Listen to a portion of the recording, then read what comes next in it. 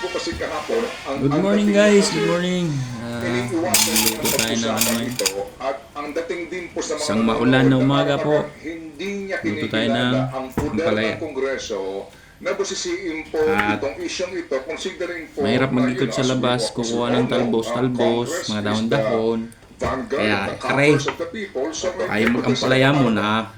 Opo, well, number one po, hindi naman po sa hindi kinikilala dahil kaya nga po, no, precisely, nagsabi po ang ating Vice President na she will defer to the wisdom of Congress pagdating sa approval or disapproval ng kanyang budget.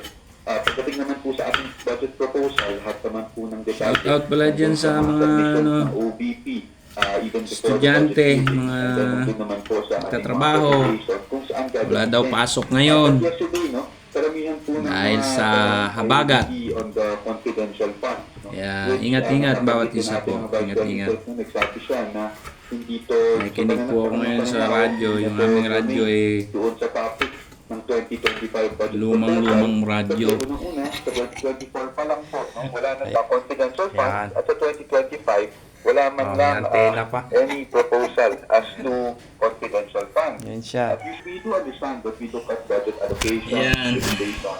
But the purpose of that is to compare it, no? And to see if Muna it would tayo be right ng to provide the same budget or even masustansya additional budget rito. for that certain item. Maganda Pero rito sa mga pagkakataon na ito, wala naman kasi talagang sakit-sakit 2024 yan. at wala na rin proposal for 2025. Unang-una na yung sakit sa bulsa. Natanong niyo po, no, yung ating sinasabi na COA issue. Sakit sa bulsa. Kahapon. Siguro po kailangan natin rin Ay, anong araw pa lang, anong petsa pa lang. cases before the Wala Supreme tayong Court. budget. But that would only involve the OBP, no? Pati po OP ay responded Kaya, ito muna tayo. And these are all pending. As you know, pag pending ang isang kaso, no, meron tayong tinatawag also technical siya, ang substitute rule, na Sarap hindi to. dapat pinag-uusapan because it may be prejudicial to the party. Kumbaga, because nagkakaroon ng public discourse, naapektuhan yung mga kaso. Maaaring magkaroon, malapit man o malayo, ng influensya doon sa magiging kalalabasan ng kaso. Pangalawa, yung ating pong kuha is again, it's still ongoing. So hindi pa po sa final at hindi po magandang mapag-usapan. Well, at nangyari nga ngayon, no, na nagkaroon ng ganyang usapin kahapon, ang nangyari, magkakaroon ng public discourse tuloy doon sa isang bagay na meron pa naman pong karapatan ang OBP na mag-appeal.